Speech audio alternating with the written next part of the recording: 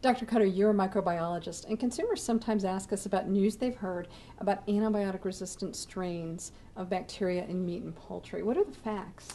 Well, there are a number of papers that have come out with research results, but these research results are coming from very small sample size. And we have to put this in perspective when we consider the volume of meat produced in the United States. We're talking billions of pounds of meat and poultry.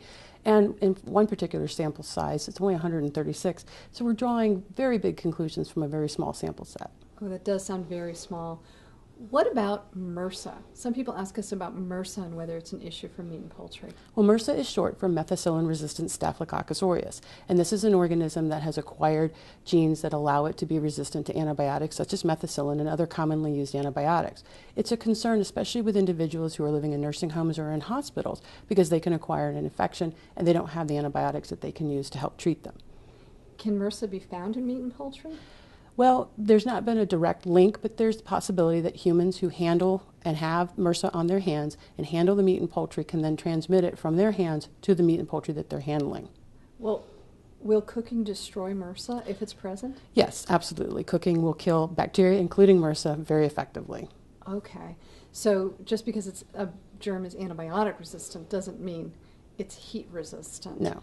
Okay, well that's good to know. What does the CDC say about MRSA? Well, there's limited information right now about the link between meat and poultry and human infection. So until we have some more evidence, it's really hard to say. Well, some people are claiming that these antibiotics resistant strains of bacteria stem from modern agriculture and that it's the way we produce livestock that's creating this problem. Is there any data to support that? The information right now, and we have to think about the context of how we use antibiotics. It's important that we're using this to maintain the health of the animal, and especially when they have an infection, we want to regain that health. The purpose of doing this is to ensure that we have a safe food supply and that we're not putting infected animals or sick animals into the food supply.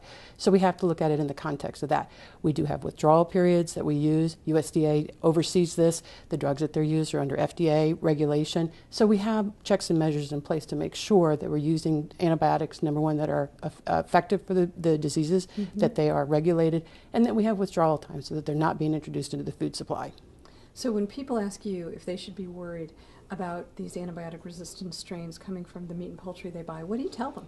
Well, we have great measures in place. I like to call them the 4 C's of food safety. If we wash our hands with warm soapy water, make sure we clean surfaces and sanitize, make sure that we cook things properly with a calibrated meat thermometer, and we chill things to prevent bacterial growth, we can tackle this very easily. Well, that's very helpful and very reassuring. Thank you so much for clarifying that issue.